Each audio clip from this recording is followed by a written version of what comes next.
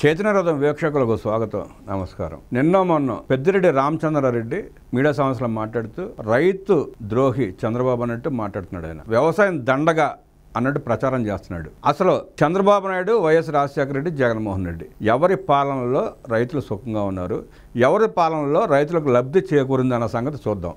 రైతు పాలన ఎవరిది? చంద్రబాబు, వైఎస్ రాజశేఖర రెడ్డి, జగన్ పాలనపై నిజమైన విశ్లేషణ చేసుకుందాం. రైతు సంక్షేమ మాటల్లోకి వస్తే ఆంధ్రప్రదేశ్ రాజకీయాల్లో ప్రతి నాయకుడు తనదే రైతు పక్షపాతం అని చెప్పుకుంటాడు. కానీ వాస్తవంగా చూసినప్పుడు రైతుకు లబ్ధి అయిన పాలన ఎవరిది? ఎవరి కాలంలో వ్యవసాయ రంగం పురోగమించింది? ఎవరి పాలన ప్రకటనలకు మించి కార్యాచరణలో ఫలితాలు ఇచ్చింది? ఈ ప్రశ్నకు సమాధానం కోసం ముగ్గురు ముఖ్యమంత్రుల పాలనను పరిశీలించాల్సిందే. ఎన్టీఆర్ తర్వాత వ్యవసాయంపై శాస్త్రీయ దృష్టితో చొరవ తీసుకున్న వ్యక్తి ముఖ్యమంత్రి చంద్రబాబు నాయుడు. రైతు సమస్యలను మాటలతో ఏమార్చి సెంటిమెంట్గా మలిచి రాజకీయ లబ్ధిగా మార్చుకున్న వ్యక్తి డాక్టర్ వైఎస్ రాజశేఖర రెడ్డి. సంక్షేమాన్ని హైప్ చేసి మాటలతో మోసం చేసిన వ్యక్తి వైఎస్ జగన్మోహన్ రెడ్డి. చంద్రబాబు నాయుడు పాలనలో వ్యవసాయ రంగానికి డిజిటల్ పునాది పడింది. వ్యవసాయాన్ని ఆధునీకరించేందుకు ఆయన చేసిన ప్రయోగాలు పలు మార్గాల్లో. మొదటి ప్రయత్నాలు ఈ cropping, online passbooks, soil testing,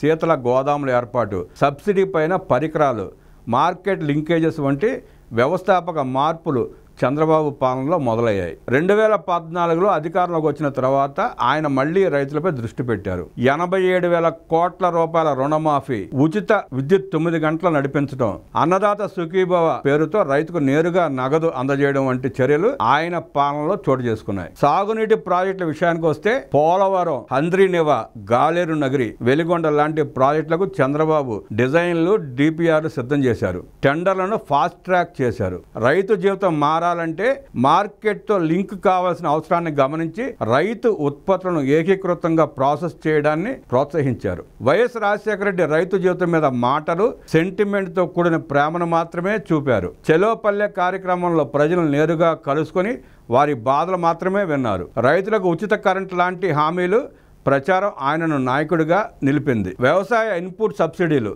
పంట నష్టాల పరిహారానికి ప్రకటించిన సహాయం కొంత రైతుకు ఒక ఊరటనిచ్చింది. జలయజ్ఞం పేరిట ప్రారంభించిన అనేక ప్రాజెక్టులు ధనయజ్ఞంగా మారినా సాగునీటి విస్తరణకు శుభసూచకంగా కనిపించాయి. కానీ వాటిలో చాలా వరకు పూర్తి అవ్వకపోవడం వల్ల అనేక ప్రాంతాల్లో నీటి కొరత కొనసాగింది. వ్యవస్థాపకంగా వ్యవసాయ రంగాన్ని బలోపేతం చేసే ప్రయత్నాలు ఆయన పాలనలో పెద్దగా కనిపించలేదు. కానీ మాటల ప్రచారంతో రైతులతో మానవీయ సంబంధాన్ని ఆయన బలంగా నిలబెట్టుకున్నారు. జగన్ రెడ్డి పాలనలో రైతు సంక్షేమం అన్నదానిపై విస్తృతంగా ప్రచారం జరిగింది. అయితే ఆ ప్రచారాన్ని మించిన పునాది కనిపించకపోవడమే ఆయన పాలనకు పెద్ద లోపంగా నిలిచింది. రైతు భరోసా పథకాన్ని ముఖ్యంగా ప్రస్తావించాలి. ఇది నిజానికి చంద్రబాబు ప్రవేశపెట్టిన అన్నదాత సుఖీభవ పథకానికి కొనసాగింపు. ఇందులో కేంద్ర ప్రభుత్వం పిఎం కిసాన్ నిధులను కలిపి ఇచ్చినప్పటికీ రాష్ట్ర వాటా ఎంత అనేది అస్పష్టంగా ఉంది. రైతు బజార్లు ఖాళీగా మారిపోయాయి. వ్యవసాయ మార్కెట్లో వ్యవస్థ లేని గందరగోళం కనిపించింది. పంటల ధర గణనీయంగా పడిపోవడం, నష్ట పరిహారాలు ఆలస్యం కావడం వల్ల రైతు నిరాశ చెందుతున్న ఉదాహరణలు అనేకం. సాగునీటి ప్రాజెక్టులు పూర్తి చేయడంలో స్పష్టత లేకపోవడం, పోలవరం పనులు నిలిచిపోవడం రైతును, వ్యవసాయ రంగాన్ని మరింత వెనక్కి నెట్టింది. రైతు సంక్షేమం అంటే కేవలం అరాకొరా నగదు ఇవ్వడమే కాదు, వ్యవస్థను బలోపేతం చేయడం, శాశ్వతంగా ఆదాయ మార్గాలను ఏర్పరచడం ముఖ్యమైన లక్ష్యం కావాలి. ఈ అర్థంలో చూస్తే వైఎస్ఆర్ మాటలతో రైతు మనసును గెలుచుకున్నారని చెప్పొచ్చు. చంద్రబాబు రైతు జీవన విధానాన్ని మార్చేందుకు శ్రమించారు. జగన్ రెడ్డి వ్యవసాయంపై గొప్ప ప్రచారం చేసినా వ్యవస్థను నిలబెట్టే కృషి చేయలేదనే చెప్పాలి.